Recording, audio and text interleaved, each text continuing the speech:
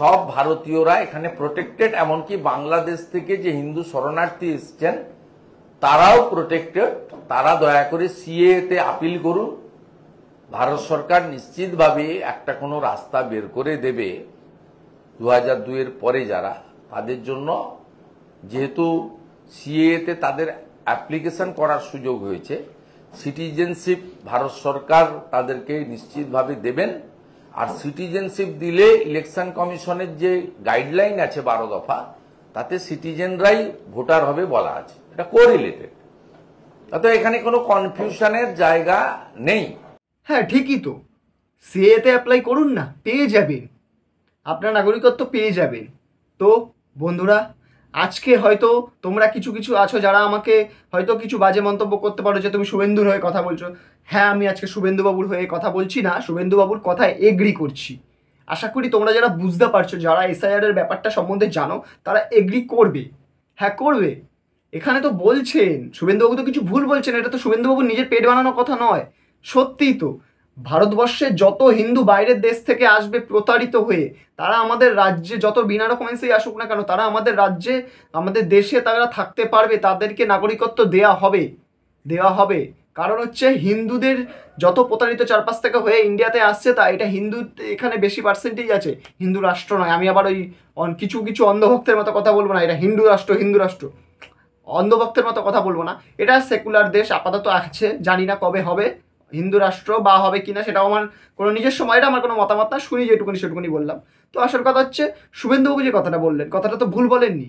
প্রতিটা হিন্দু টেনশন করার কোনো চাপ দরকার নেই, প্রতিটা হিন্দুকে নাগরিকত্ব দেওয়া হবে। সিএতে অ্যাপ্লাই করুন, আপনারা কেন করছেন না? ওয়েট করে যান, অ্যাপ্লাই করুন। হিন্দু মানুষদের আমাদের দেশে শরণার্থী হিসেবে ঠাঁই আছে, বাইরের দেশ থেকে, যে বাংলাদেশ পাকিস্তান যেখান থেকে আসুক, এটা লেখা আছে, সবাই বলছে। এটা এটা আমার একার কথা না, শুভেন্দুবাবুর কথাও নয়, এটা সবাই বলছে। তো কেন ফালতু ফালতু টেনশন করছেন? এই চারপাশে দেখছি নানা রকম দুর্ঘটনা ঘটিয়ে ফেলছেন, আপনারা এরকম করবেন না। যারা যারা এখন আমার ভিডিওটা দেখছেন, প্লিজ এইসব চিন্তা মাথা থেকে বার করুন, সিএতে অ্যাপ্লাই করুন। আপনারা হিন্দু যদি হয়ে থাকেন অবশ্যই আসবে। হ্যাঁ, এবার তোমরা হয়তো বলবে কেন হিন্দু মুসলিমে এখানে বিভেদ কেন? আমি একটা বুঝিয়ে বলছি, এটা আমার পার্সোনাল নিজস্ব মনে হয়, মতামত নয়। আমার একটা মতামত নয়, এটা মনে হচ্ছে। দেখো, এইটা একটা নিয়ম, সরকারি নিয়ম, যে বলা হচ্ছে বাইরের দেশ থেকে যত হিন্দু আসবে আমাদের রাজ্যে, আমাদের দেশে, তারা আমাদের এখানে নাগরিকত্ব পাবে, যত বিনা ডকুমেন্টস আসুক না কেন। তো এটার আসল কারণ হচ্ছে, তোমরা এখন যেটা বলছো যে মুসলিমরা কেন নয়, হিন্দু মুসলিমে বিভেদ কেন এই ক্ষেত্রে, তারাও বাইরে থেকে এসছে, হিন্দুরাও বাইরে থেকে এসছে, মুসলিমরাও বাইরে থেকে এসছে। না, এখানে একটা লজিক আছে। হিন্দু প্রতারিত হয়ে যারা আসছে তাদেরকে শরণার্থী হিসেবে দেওয়া হবে। কারণ হচ্ছে, একটু হিসাব করে, একটু ডাটা কালেক্ট করে দেখবে, আমার যতদূর ধারণা, আমি শিওর নয়, তোমরা বলতে পারো ভুল বললে, যে আমাদের দেশে হিন্দু রাষ্ট্র বলে কিন্তু কোনো রাষ্ট্র নেই। আছে কি? নেই তো। বা আমাদের হিন্দু রাষ্ট্র বলে কোনো রাষ্ট্র নেই, কিন্তু মুসলিম কান্ট্রি অনেক আছে।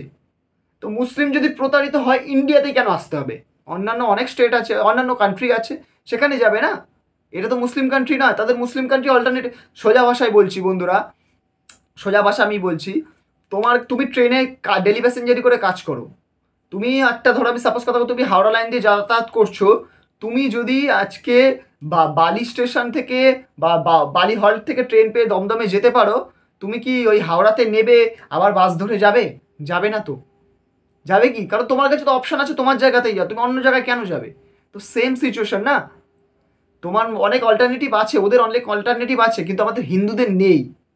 প্রতারিত হয়ে তারা এখানে আসছে, হিন্দুদের নেই, তারা ওখানেও প্রতারিত হচ্ছে, কারণ তারা ওখানে সংখ্যালঘু, তাই জন্য। তো সেখানে দাঁড়িয়ে এই নিয়মটা আশা করি, আমার মনে হয়, তো আমি শিওর নয়, কিন্তু আমার মনে হয় এটা 100% আমার পার্সোনাল মতামত। এটা কারোর মতামত না, আমি কাউকে বলছি না যে জোর করে যে এটাই সত্যি, আমার মতামত। তো আমার মতামতে কি তোমরা এগ্রি করছো? তোমরা যদি আমার মতামতে এগ্রি করো, তো তোমরা আমাকে কমেন্টে জানাও। হ্যাঁ, কমেন্টে জানাও। আর ভিডিওটা ভালো লেগে থাকলে একটা লাইক করে দাও, চ্যানেলটাকে সাবস্ক্রাইব করে দাও, পাশের নোটিফিকেশন বেলটা প্লিজ বাজিয়ে দিও। দেখা হচ্ছে পরের ভিডিওতে। টাটা।